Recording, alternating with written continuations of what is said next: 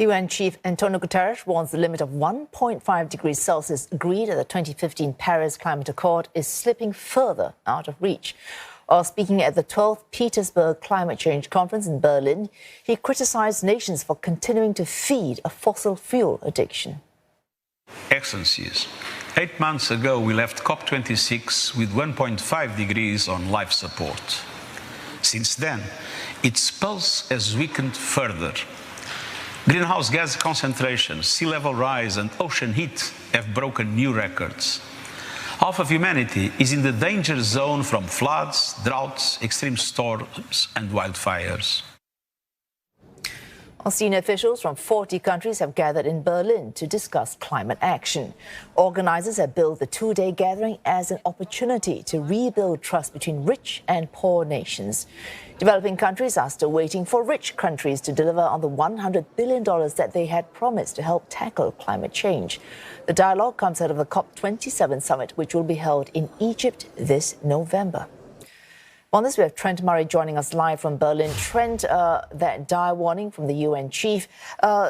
Warnings like these, not just from the UN chief, but from many other senior officials and leaders, very common, in fact, in the last few years.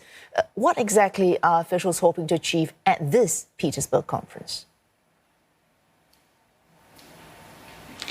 Well, I think the main message for all of them is to try and make sure that climate change stays high on the agenda. Of course, the world has faced a lot of challenges in the past 12, 24 months, whether it's the COVID-19 pandemic or, of course, now the war in Ukraine. And there is certainly worry among some of these officials here that as an issue, climate change is starting to not be at the forefront of people's minds. But as we heard there from the UN Secretary-General, the world is experiencing a record amount of droughts and wildfires and extreme weather events. And he says that very much can be linked to climate change. And so he is now calling on those rich countries to basically put their money where their mouth is and to continue to help poor and developing nations who are really copping the brunt of this, if you will. Also at this meeting today is President El-Sisi of Egypt. You mentioned the next COP meeting, COP27, taking place in Sharm el-Sheikh. Well, he just wrapped up his speech about an hour ago, and he made the point that for much of the African continent, they are the ones that are not only experiencing the most serious impacts of climate change, but they're the ones that have sort of the least resources to deal with it. So he wants to make sure that that's a message that's not just heard here today at this set of meetings here in the German capital, but also when the world gathers in Sharm el-Sheikh back in November for the major UN climate change conference. Trent, of course, the 1.5 degrees Celsius goal, that is a broader goal that may, in principle, be harder to reach. But the $100 billion, that is very targeted. It's specifically for adaptation from rich countries to poor countries. So, relatively speaking, easier to achieve. How is this conference going to make sure that governments can deliver on this $100 billion in climate financing?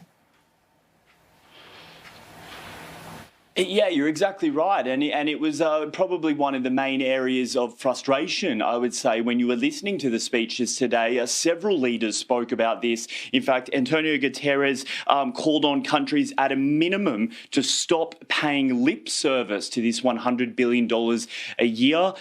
German Chancellor Olaf Scholz also spoke about it, saying he wants Germany to be paying $6 billion a year out of that 100. Still a long way to go, but he said that's our kind of effort, if you will, to try and lead from the front and get other countries to do it. But they're simply saying there is just not enough time to try and get all of this together. Antonio Guterres says the world has a choice right now: collective action or collective suicide, calling on countries to really try and step up and do more.